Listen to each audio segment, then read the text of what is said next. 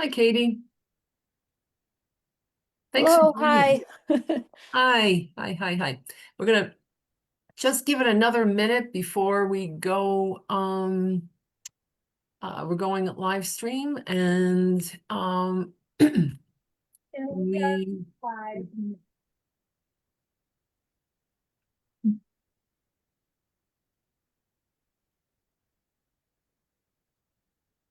okay. Let's give it another minute here.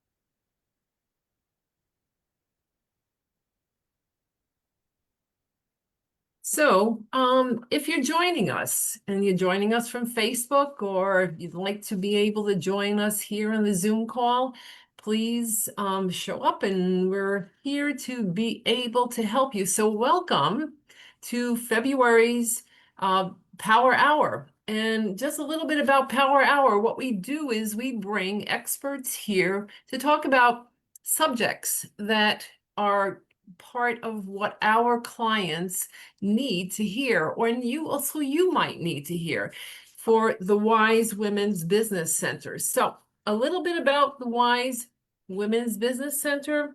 We have been around since for a little over 20 years now, and we are servicing central New York counties and being able to provide no cost personalized counseling, business counseling, and expert training programs and state certification assistance to be able to help you move your business forward. Because we know that you can't do it yourself. So we need to be able to build the people around us that are going to help support us. So welcome here to the Power Hour. And the way we're going to do this today is we're going to do a little bit of introductions, and then we're going to get into a little bit about the meat of the conversation, which is help wanted and kept. The real talk on hiring and retention, because we want you to be able to hire and then also maintain those individuals there. So Morgan, welcome. Hoping you'll join us on camera, and we'll go from there. So my name is Barb Stone. Hi, Hello. Megan. Hello. Hi. My name is Barb Stone. I'm one of the business counselors here at Wise, and so I want to welcome you here. This is a great opportunity to find out more about this specific topic as we bring someone from an expert in the field to be able to help you.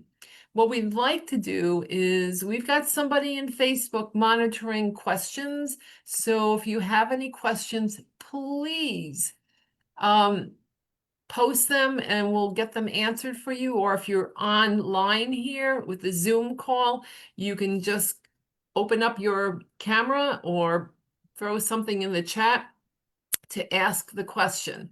So with that, I would like Jamie's coming back. Good.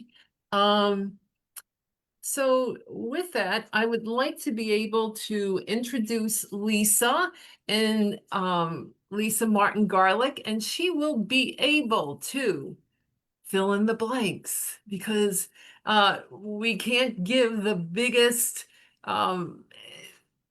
bio of everybody. And so I'm just trying to get some of the highlights here. So Lisa has 15 years of experience in talent acquisition and operations as founder of M&L Recruiting and director of operations at rover.com.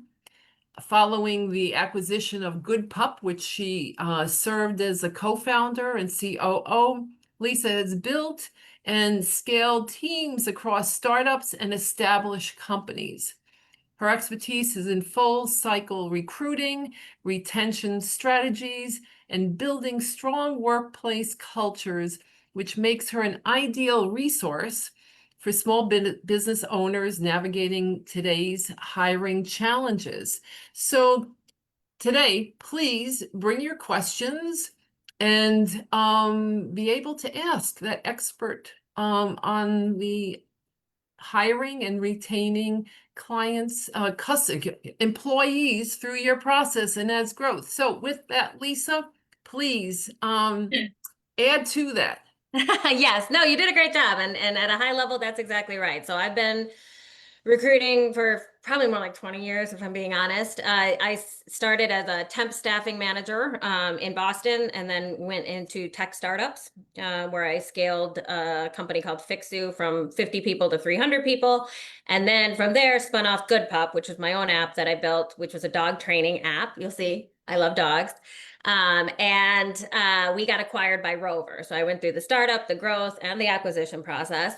And then Rover, I actually ended at the end of last year. I'm focusing a lot on my own M&L business. I'm starting as a contractor with another recruiting company, and I'm starting a dog rescue out here in Syracuse, New York. So lots of fun stuff going on, but I've been through it all. I've been through high volume recruiting. I've been on executive searches. I've kind of done everything. What I thought I could do as a way to help is there is a framework that I use ad nauseum when I talk to people. Everyone is sick of hearing this, but you guys haven't heard it yet, about how to think about hiring and retaining people, as well as yourself. It's a framework that can be applied across all industries, about the size of companies, anything. And I use that all the time when I'm talking about hiring and recruiting. So I thought what would be helpful is if I started with that framework and then we could take questions and I can kind of use that framework to guide the conversations. Because I can't tell you, my entire career is based on this framework. So I'm passing on a knowledge that has been very helpful for me, and I hope it's helpful for you. Does that sound good?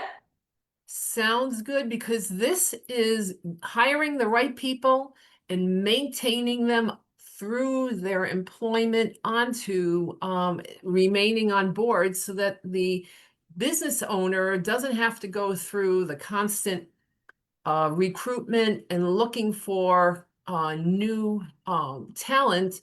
What can they do to hire, number one, the right person up front, and then also maintain the staff to be able through the life of their company.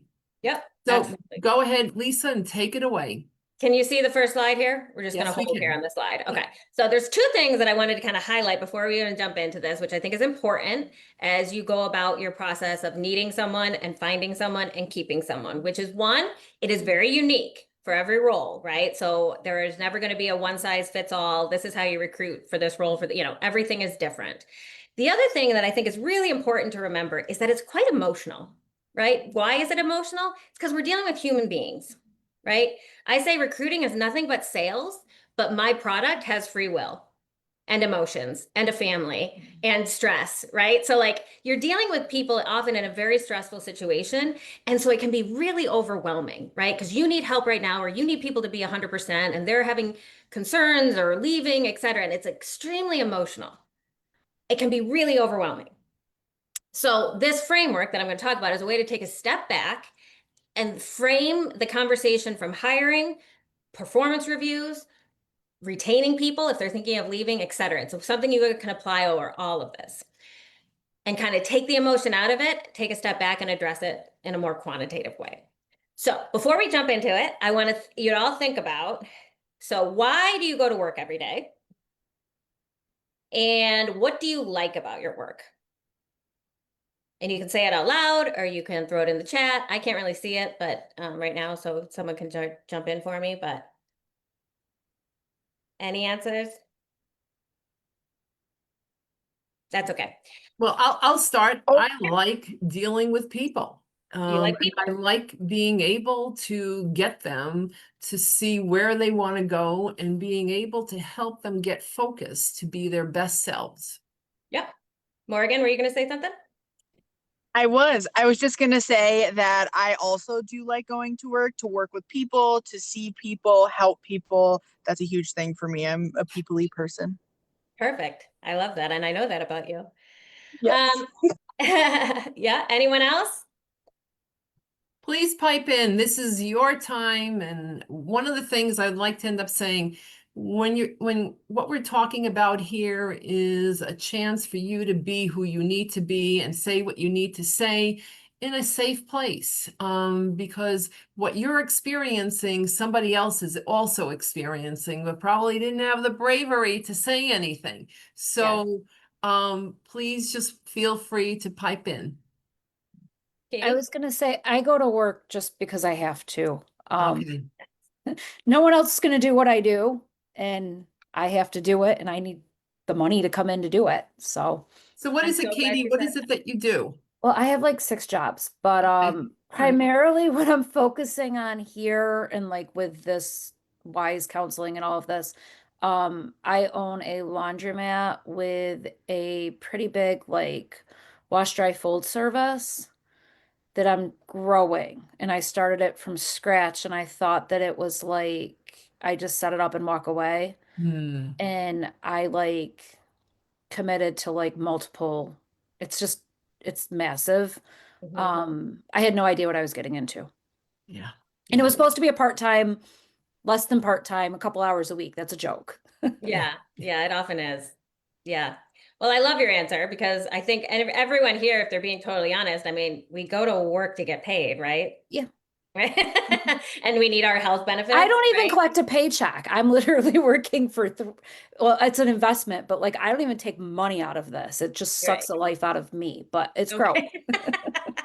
Right, right. Yep. We've all been there. Yeah. So great answers. And again, all of them fall into the framework of what you should think about when you're thinking about, am I happy in my job or am I happy with my career? Et cetera. So let me see if I can get over to this slide. Okay. So employee satisfaction, and an employee can be you, or it can be someone you're trying to hire, or it can be someone that's already working for you. Okay. And there's 3 sides to the triangle. And when someone's satisfied and pretty happy in their work, all of the triangle is aligned and they're pretty happy, stable, enjoy doing what they're doing, and you're going to be able to retain them. First is the company. So is the company outlook good? Are they doing well? Right? Or is there concern? Again, I work in tech startups, and there are times where the company is not doing well, and everybody knows that, and they know that the money is going to run out on X date, and we might not have a plan, right? Huge push against employee satisfaction. People get real nervous when that happens, right? So how's the company doing? Are they doing well? Do they feel stable? Right? That's important. How are my leaders? Are you the leader? How are they? Are they people I trust? Do I respect them? Do I like working for them? And then, does the company align with my values? This is a big one, and this is one that's become more and more important in the last probably 5 or 10 years. People really want to work for companies that align with their values. And so this is, an employee is looking, when I'm recruiting somebody, I want to be able to tell them all about the reasons they should come work for this company. I need to be able to sell the outlook. I need to be able to sell my leadership. I need to be able to sell the values and what we align with. Okay. A really kind of stupid example, but think about people at Twitter and the amount of flexibility, like craziness they've gone through, and who owns them, and what is their job, and what do they do, right? There are times that company's values have misaligned with some of their staff, and the staff leaves, right? Like that's a very obvious example, but in all of these things, people look at a company, look at their values, look at their outlook, look at their leaders, and that's a big piece of their satisfaction. Okay. Any questions about that one? Well, I think I just want to throw this, you talked about values, but we're also not on here, but talked about purpose. That you're in alignment, that you know what the company is, that you're in line with their purpose, so that your values and purpose are one or moving forward. Because that's a kind of I think that a lot of our clients had people who, after the pandemic, had problems maintaining them, and we had the great mass exodus. So I think it's always in motion, because you never know. And one of the things talked a little bit about is if there's that human on the other side that, has that family, and all of a sudden they got a chance to stay home, and oh, wow. So I think purpose is also part of it.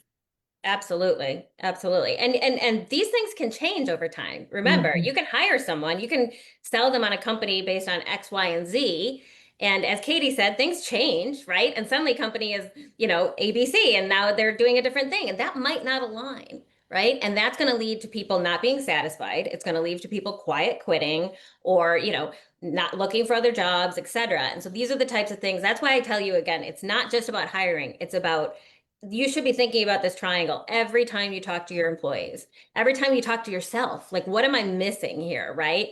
And because it's going to change. This is never just one static thing. Humans change, situations change, companies change. So you're always trying to match these things up as you go. Okay. Before we keep going, I think it's also important to note that I did not create the idea of the triangle. There's a million of them out there, but this is my interpretation of the triangle. So just to be clear, I didn't create the triangle, but I definitely have used it in my own way as I've run my career. What's next? Okay, the job. All right, Katie, again, I loved your answer because you hit on this as well. What are my main job functions? Do you even know what they are anymore, right? Like, do you even know, right? What is my job? It started as X and now it's Y and now it's XYZ, and it happens all the time. And it happens all the time in startup companies because there is no one person that's just doing one thing. You're doing a million different things, and it's going to change based on where the company's going. Okay. So, and again, if you are a salesperson who likes people, like Barb and Morgan, and your job is data entry, where you just sit there and put numbers into a spreadsheet all day, there is no world in which you're going to be completely satisfied with your work, right? That's not going to align with what you want to do every day. So you have to be able to answer, what am I doing every day? What do I like? What do I not like? What do I want to do more of? And that's what you have to sit down and answer with your employees as well. Again, starting at the interview to say, here's the job function that I'm hiring you for. And as you have your one-on-ones, if you're using the triangle correctly, you're aligning all the time. And then when you ask them to do something else or add something or take something away, you can say, is this aligning with what you want? Is the job still within, and they might say, it's not my favorite thing, but I'm happy to do it in the short term while we get somewhere else, right? Perfectly fine answer, right? The triangle can become lopsided sometimes and still keep going. It's just a matter of knowing where their heads are at, right? And if you're not using this framework, you can often miss what are they actually upset about, right? You can have an upset employee or someone that's leaving and not know exactly why. And this helps you really drill down to the why so you can address it. This is the one that I think probably changes the most because jobs just constantly change. And when you're really good at your job, which I think all of us that are working hard on ourselves and in these programs are, you're asked to do more things, right?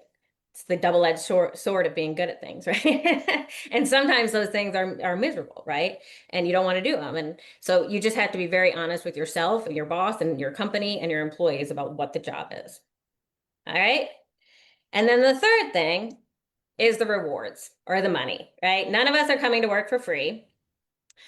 And it's not just what's my money? It's how does the salary compare in the market? You as a manager should know, am I in the bottom 25th percentile? Am I right in the middle? Am I at the higher end, right?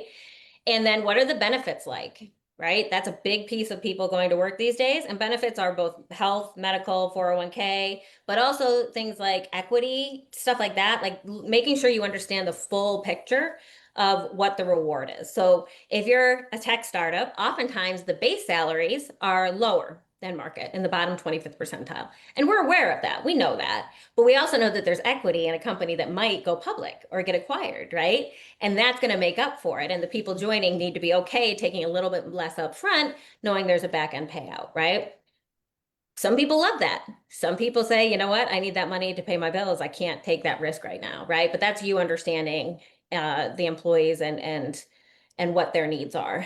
I put in here, and Barb already alluded to it, and it's kind of everywhere, but like also commute is a big piece of this. This kind of falls across. This is one that became much bigger after the pandemic, right? Because everyone was like, wait a minute, I don't have to, I worked in Boston at the time. I was commuting an hour and a half every morning and every night before the pandemic, happily, because I never saw a world in which I couldn't do that, right? I thought it was essential.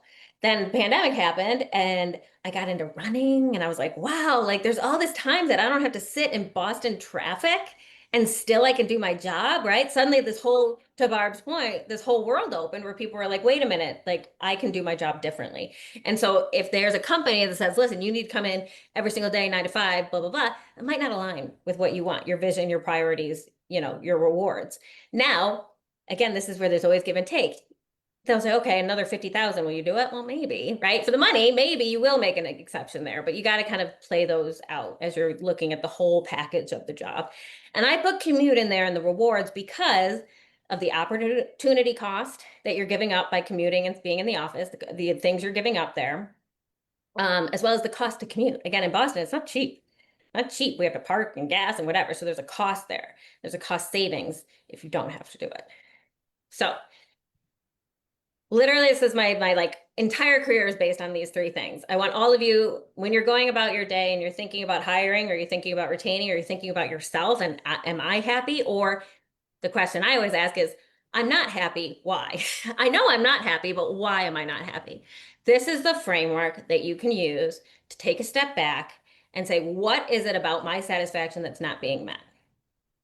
So Lisa, one of the things, as you're talking about the job, and here, this is a great thing. There are many job functions, and then all of a sudden the employee may, because things are changing, things are in flux, and the owner or the supervisor may say, I need you to do this. What would be the best way for the owner or the supervisor to really end up bringing that employee on to be able to see that they could be part of the organization and wanting to learn that new skill? Yeah, absolutely. So this is someone that's in the job already. They've been hired to do office management, and you need them to take over doing AP, for example, accounts payable, something like that, right?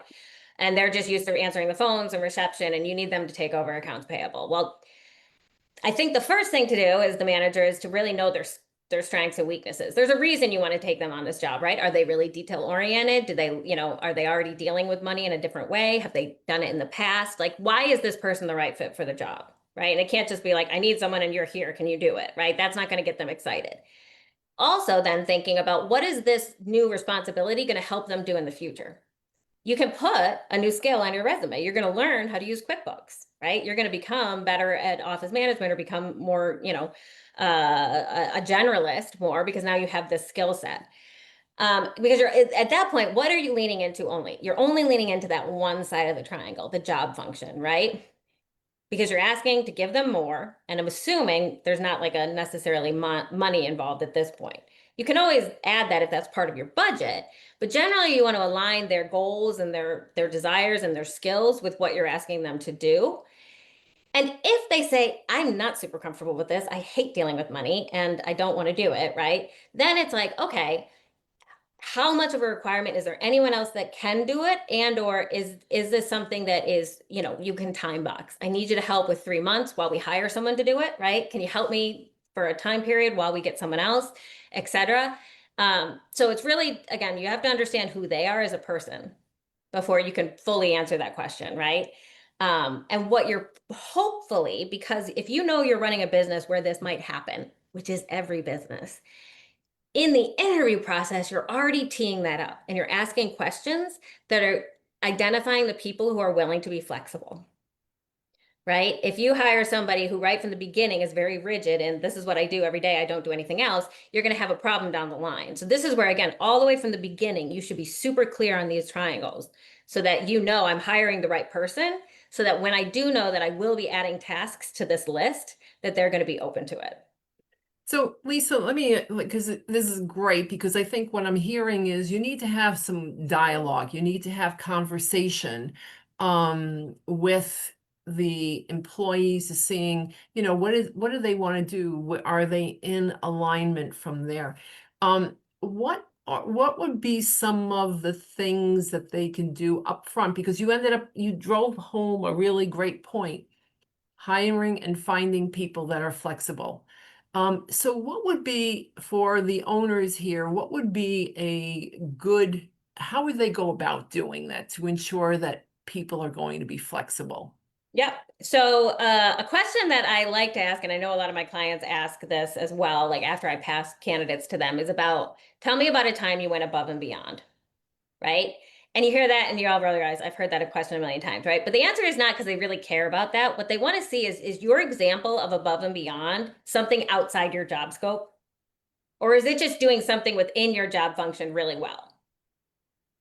Do you see the difference, right? You can do, I'm great at this because I did this one thing super good. I found all of the errors in our tax return because I'm a tax accountant, right? That's someone who's probably very good in staying in their role, within their role, right?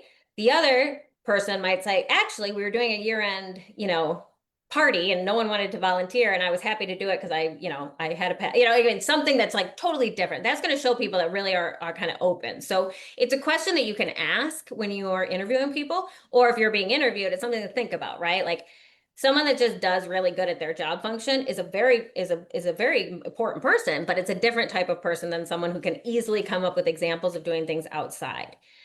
The other thing to look for, if you're really concerned about this, again, is just the size of the companies they come from.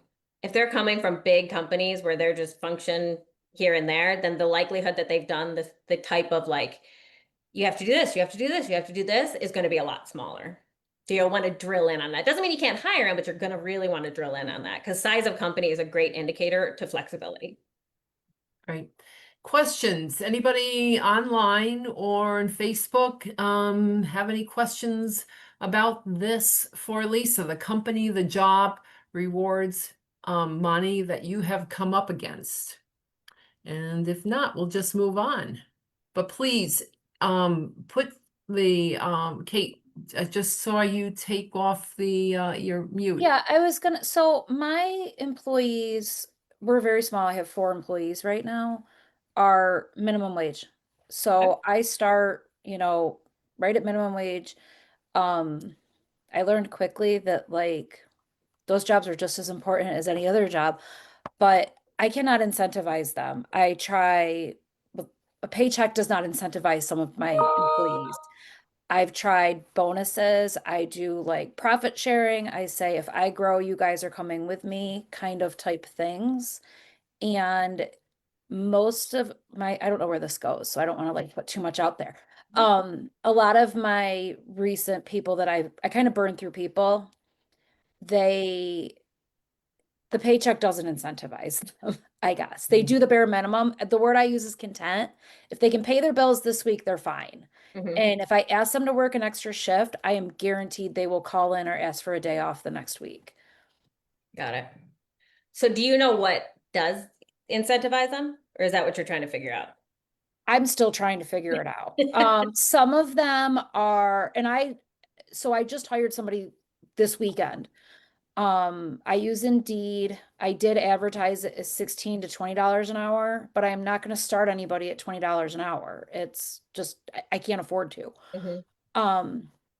But I do have people that are making $18 and $19 an hour because I'm trying to reward them and say, please don't leave me to go to fast food because this is a better gig. Mhm.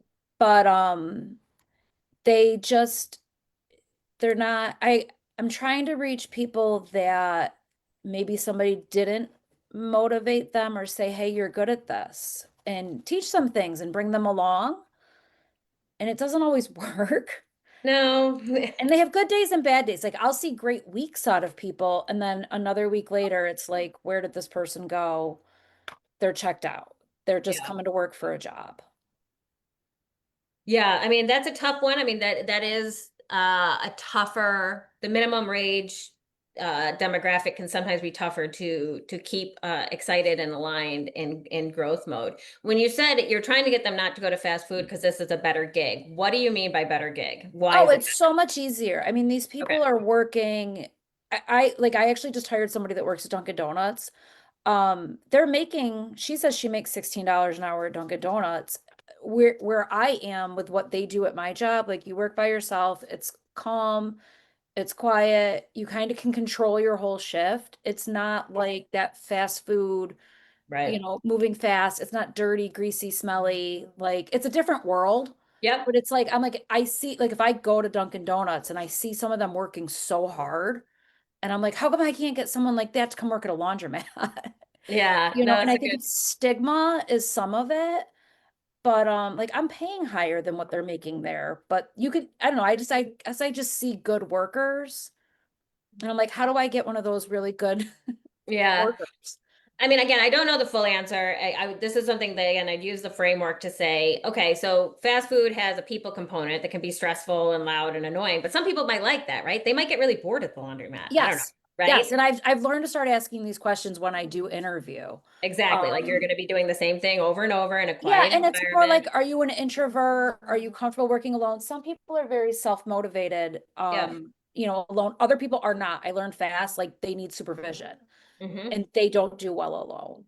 My dog is Right. whining. I'm sorry. We can't hear it. Zoom's great at blocking that stuff out. Okay. But yeah, you're asking the right questions, right? Like, why is my job better or different? But it's only better to some people, right? To some people, they might prefer the fast food job. It goes faster, like it's busier, the time goes by. This might be kind of boring. So you might want to be looking for people coming out of a job that might be more monotonous or something that they, someone who has skills in not in a restaurant or an industry like that. That's Yeah, just and I've asked like, what are your future goals? To people, because I'm yep. not hiring 16-year-olds. I'm Yeah. hiring people that are looking for a long-term position, but are also in that 16 to $20 an hour price range. Hmm. So I would love to take people with me. That's kind of how Yeah. I work on commission for everything I do. So I'm just kind of like, when we have great weeks, like I'm gonna reward you guys for working hard. Um, but some people just don't have goals, I guess. Yeah. No, it's true. I mean, again, human beings are really challenging. It's one of the Yes. reasons why I do so much work with dogs because human beings are challenging and sometimes you just cannot figure it out and there's not enough money or job growth or vision of the company that you're going to get them to the satisfied plate. That's just a fact, right? But I So think I again, put that question. So I always have used Indeed. I'll get like 150 applicants on yep. Indeed. And I just start sorting through there.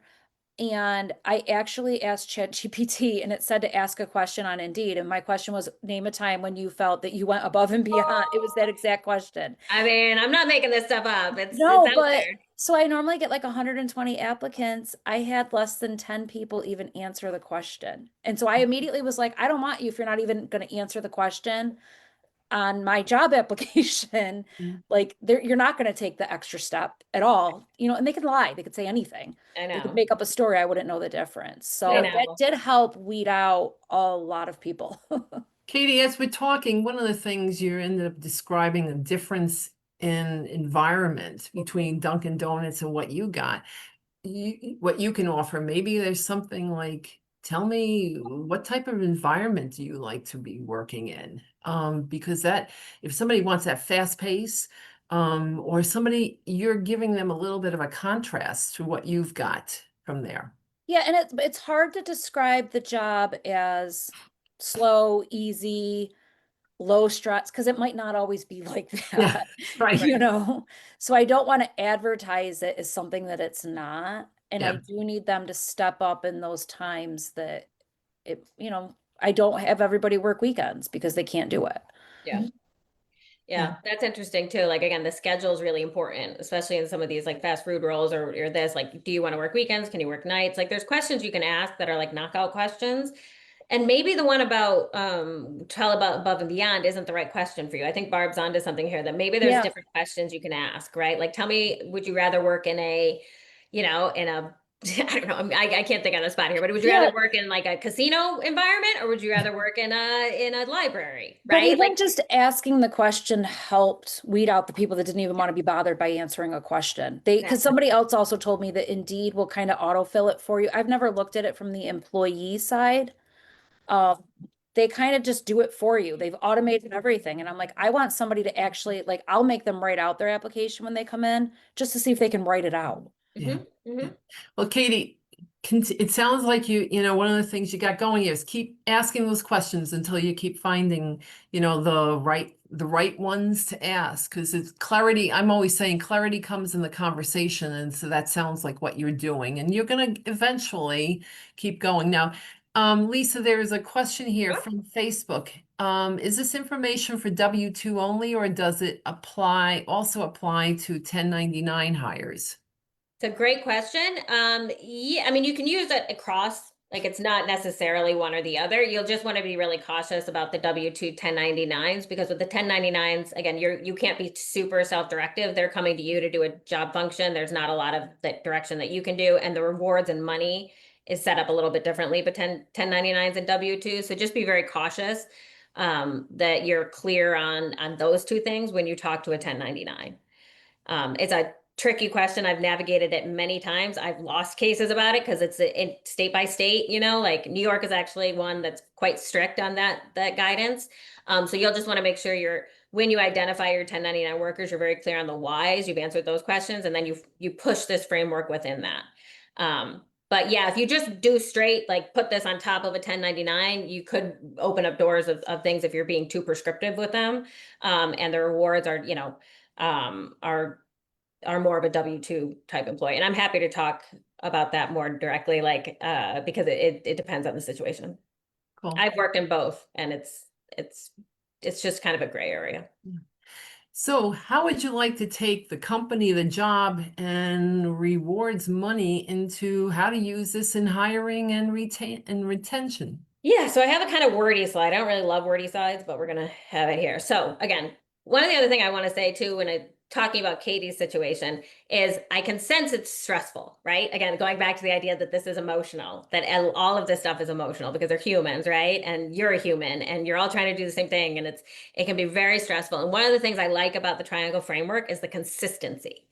That you can use the same framework almost every time you talk to the people, so you can really kind of keep the conversation clean, and so you remember kind of how you're looking at things consistently.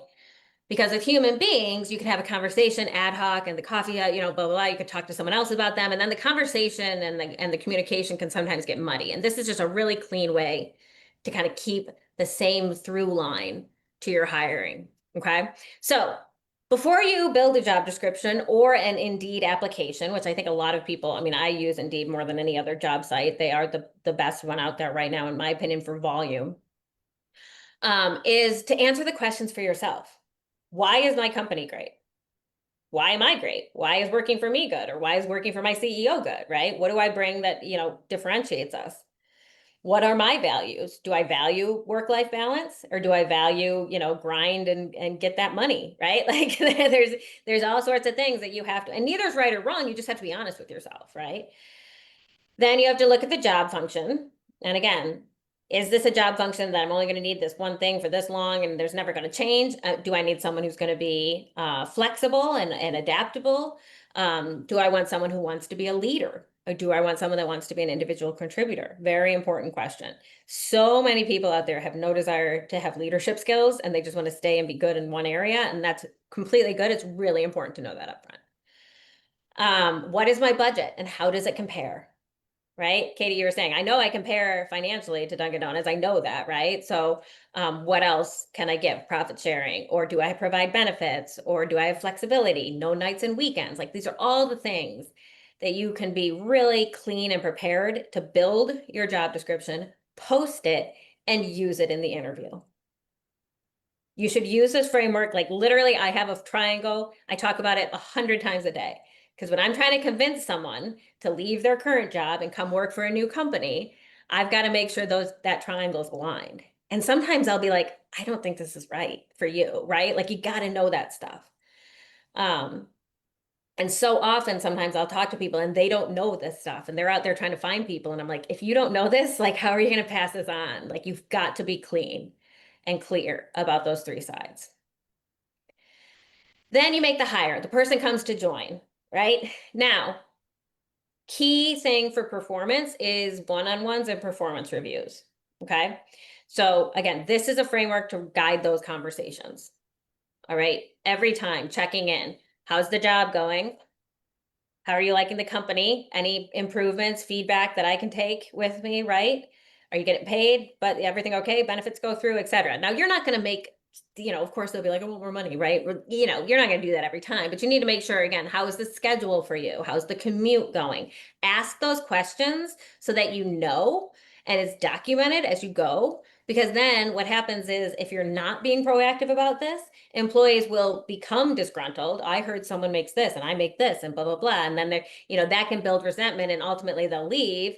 And instead of just getting in front of it, like having those conversations, then if they do get upset, you can say, hey, we talk about this every week. Like, can you help me understand why we didn't discuss this, right? So it's just a way to really stay in front of the issues that I've seen come up like a million times.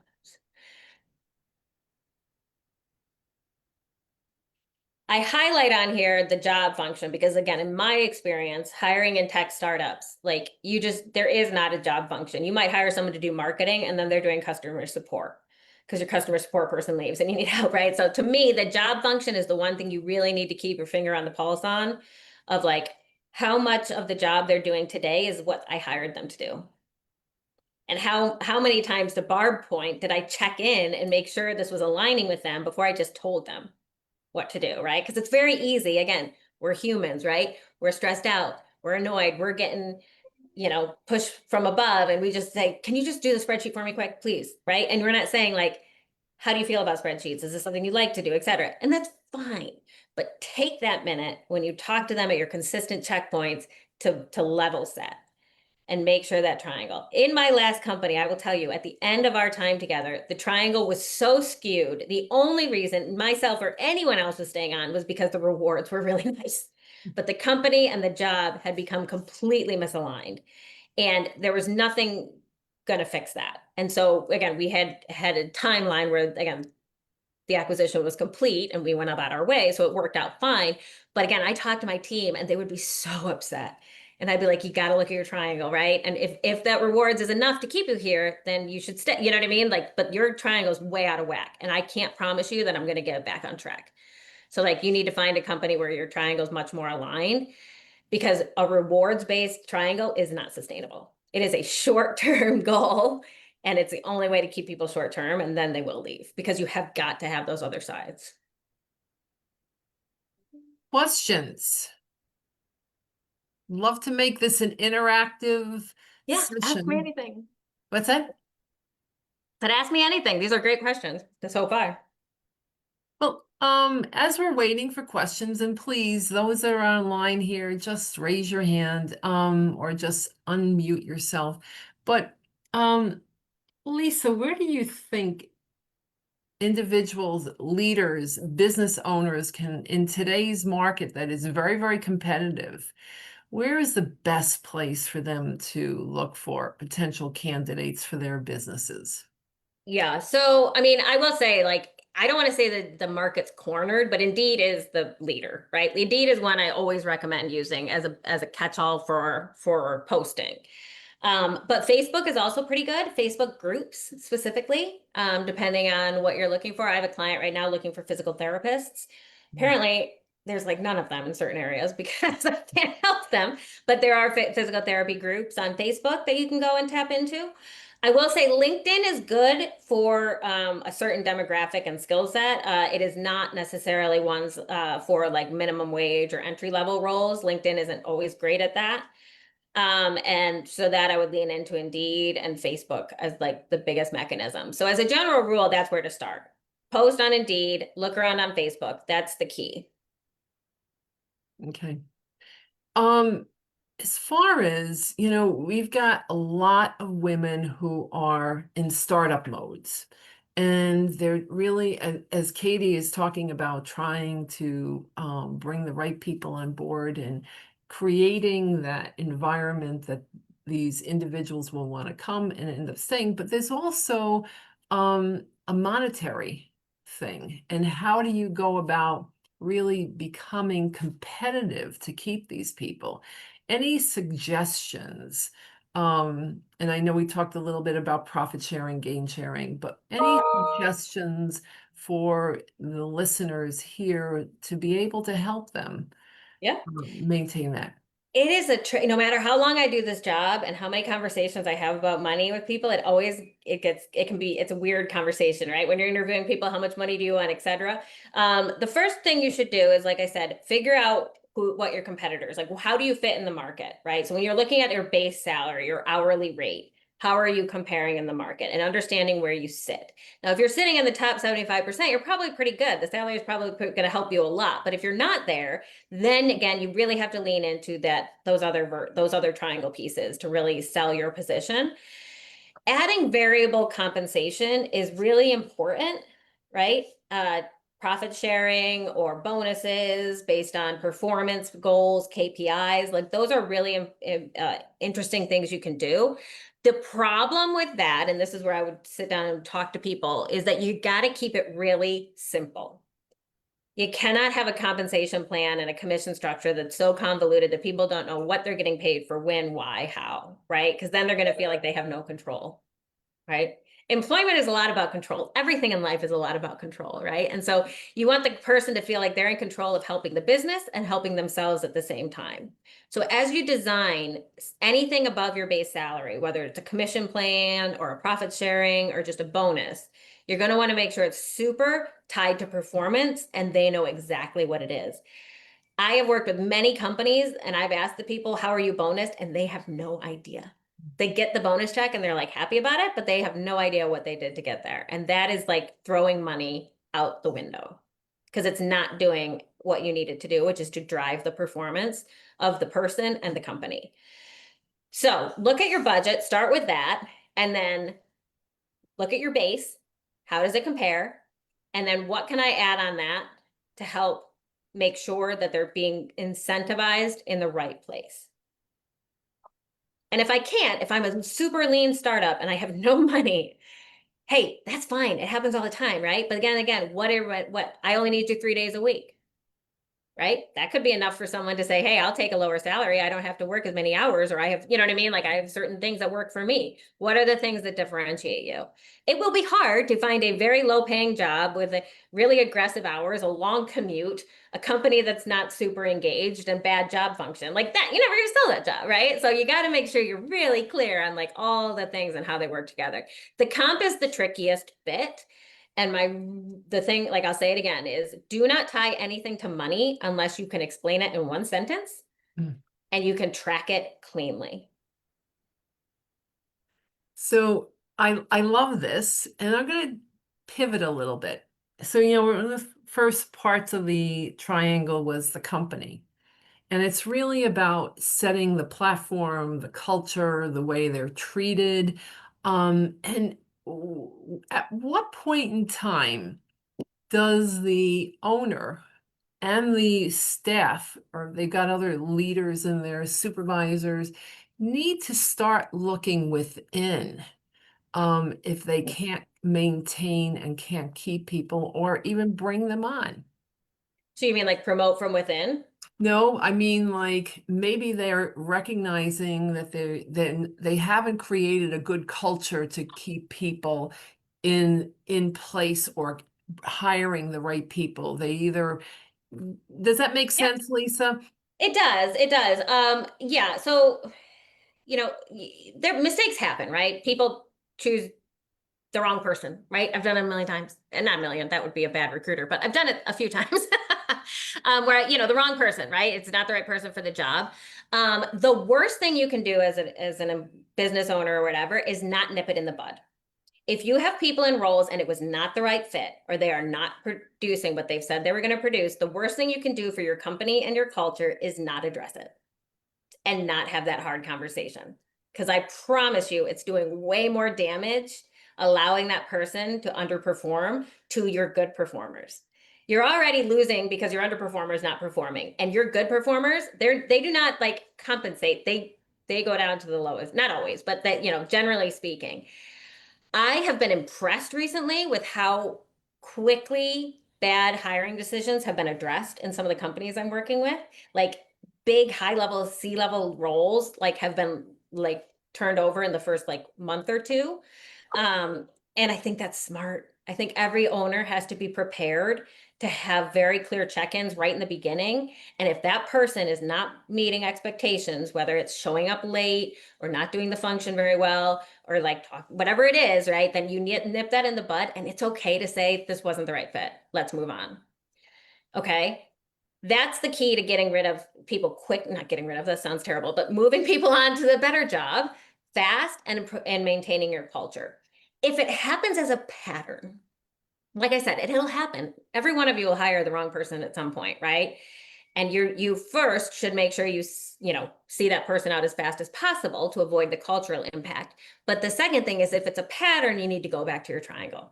You say, what am I missing in the recruiting and interviewing process that's causing this to consistently happen? And Katie, you kind of brought that up, right? It keeps happening. So like, how do I go back to my triangle and say, hey, what? And it's going to take a few iterations. Okay. There's a saying in startup culture that you never get it right the first time, ever. And so never feel disappointed if what you try doesn't work the first time. It's not supposed to. If it does, like, you're not trying the right stuff. You should be trying and breaking things all the time. So never feel bad if you make a bad hire or if the person leaves, like that's fine. You're learning, go back to the triangle and reset your expectations. But I think, Barb, to answer your question is the minute it becomes a pattern, which is generally more than once in the same role, people leaving for the same thing, be aware of that pattern. And do not be afraid to see people out. There will people that will stay in jobs that they're not good at and they're not good for because they need the money. They're only there for the rewards, and it's going to kill your culture if you're afraid to have a hard conversation. So those who might be coming on Facebook, we're talking to Louise. Listen to that. I don't know where Louise It's came Monday. from. Lisa Martin Garlic, in talking about, what to do to hire and to retain. And she's been really stressing a lot about the triangle. It's the company, the job, and the rewards money to be able to maintain employee satisfaction, probably customer satisfaction too. Ultimately, yeah. If you have the right employee, you're going to have customer satisfaction. So as we're wrapping up here, I'd like to be able to give everyone the platform to ask any questions of Lisa, especially if you're having a hard time finding, retaining the right employees in your company. So please pipe in and ask an expert to that question. Any other questions here? There's one other thing I'll say as we wait for questions, which is that depending on what you're hiring for, the market is flush with applicants. Katie, like you said, you post, you get 150 applicants, right? Part of this is the market, that there's a lot of people on the market, right? And part of this is AI. There's bots out there that push applications, that push job postings. It's kind of messy out there. It's kind of scary. I hate it. But the one thing you can do to differentiate yourself in the very, very beginning of a hiring process, be respectful and responsive. I go back to the first thing I said here, which this is an emotional process. People are coming to you because they need work, because they need money, because their families need money, right? There's emotion in every step of this. And if you're dismissive, you don't tell people no right away. If you have an interview and you know they're not right and you just drag them along or whatever, that stuff is just bad. It's bad. It starts off on the wrong foot. It's the bad look for the company. So make sure you and your hiring managers are doing the right thing. I can't tell you how many people I see on LinkedIn posting about horrible job experiences, being ghosted, going through 3 rounds and then not being told anything, but seeing the job reposted. Like, you're hurting people at a time where they're already vulnerable. I have fired clients, people that want to pay me because they have treated people so poorly, because I will not have it attached to my brand. So that's one thing I want you all to think about. Like, again, remember the emotion. This is an emotional business. You have to take and be respectful. Even if the answer is no, you make sure you tell them.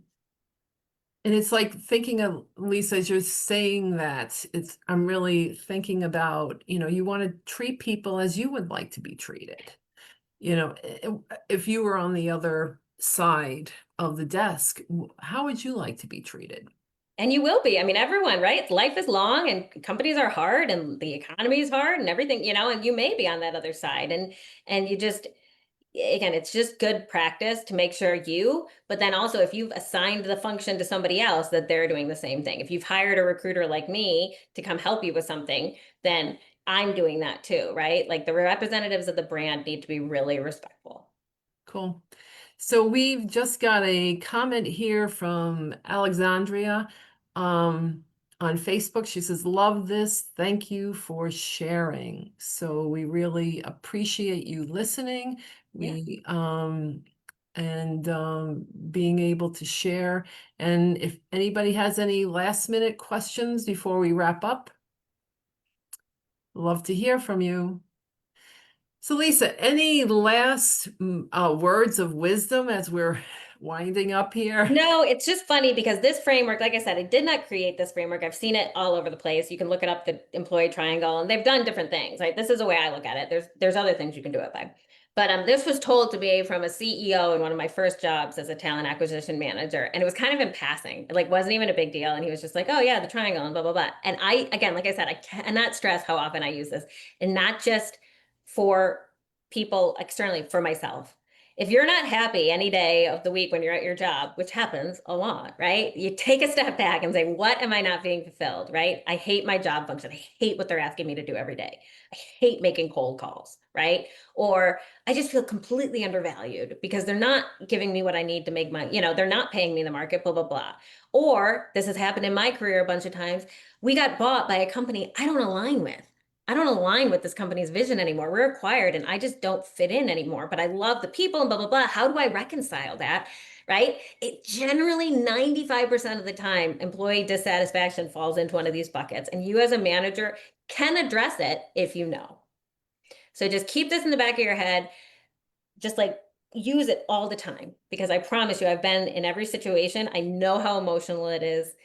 I know how stressful it can be. And this just helps you with a framework to address any situation. Great, great. Thank you, Lisa, with those Thank you. words of wisdom. So thank you for being here. And again, we are the Wise Women's Business Center, and we offer entrepreneurs support, free one-on-one advisement, counseling, and then also access to other programs to be able to help you grow your business. So please, find us at wisecenter.org. And if you have any questions, please sign up and join us for our newsletter, which really gives a ton of information as to different things that are going on to help support you in your journey.